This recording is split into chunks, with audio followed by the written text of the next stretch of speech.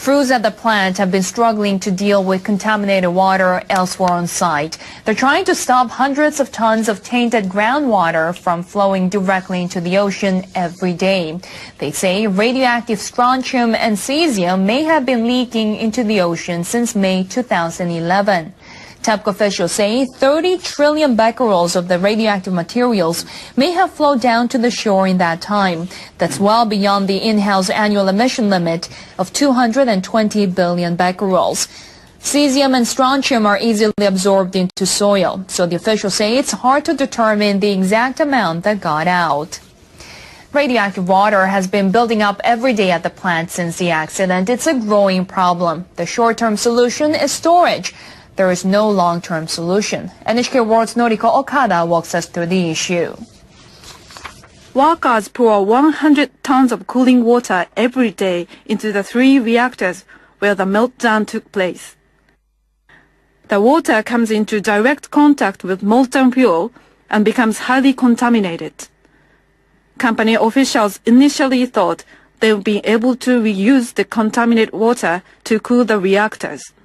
But then they discovered groundwater was seeping into the reactor buildings. They had to adapt their plan to address the 400 tons of contaminated water being pumped out every day. The company installed devices that were supposed to filter out the majority of the radioactive substances from the water. But so far, cesium is the only substance they've been able to remove. The stored water remains highly contaminated with other materials. Company officials say they are now storing some 340,000 tons of contaminated water in 1,000 tanks. They plan to add more tanks to increase capacity to 700,000 tons. But the tanks have been hastily built. Experts have often pointed out how vulnerable they are to damage. And this isn't the first time leaks have been found. Company officials have reported another grim figure. 30 trillion becquerels of radionuclide substances have been discharged into the ocean since May 2011. They say 950 trillion becquerels of cesium had leaked into the ocean before that date. That means about 1 quadrillion becquerels of radionuclide have been discharged into the Pacific. One expert says stopping the flow of contaminated water isn't enough. He's calling for more research into its effect. Radioactive substances are accumulating in the seabed and are being consumed by fish. High levels of radiation have been detected in some of the fish. We don't know the mechanism or how it's happening.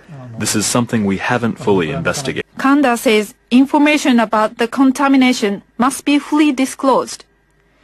He says that's the only way to allay growing fear and distrust in Japan and around the world. Noriko Okada, NHK World.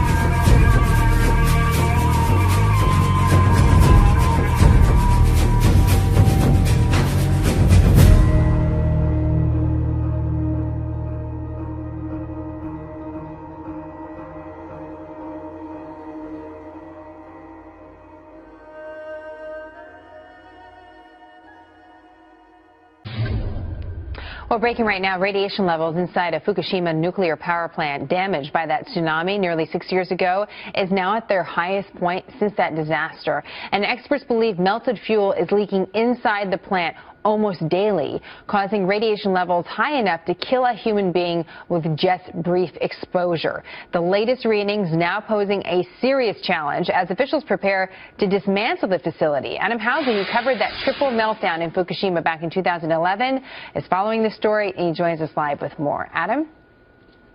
Yeah, Jenna, hard to believe it's been nearly 6 years. And when we initially covered that, it was that great video that came in that really showed the destruction that Japan had to endure from the earthquake and the tsunami. But no one knew at the time the growing threat, which today continues to only get worse. That was the tsunami that took out the cooling system at Fukushima that basically caused the meltdown of 3 reactors that continues to this day. In fact, we're told the most recent numbers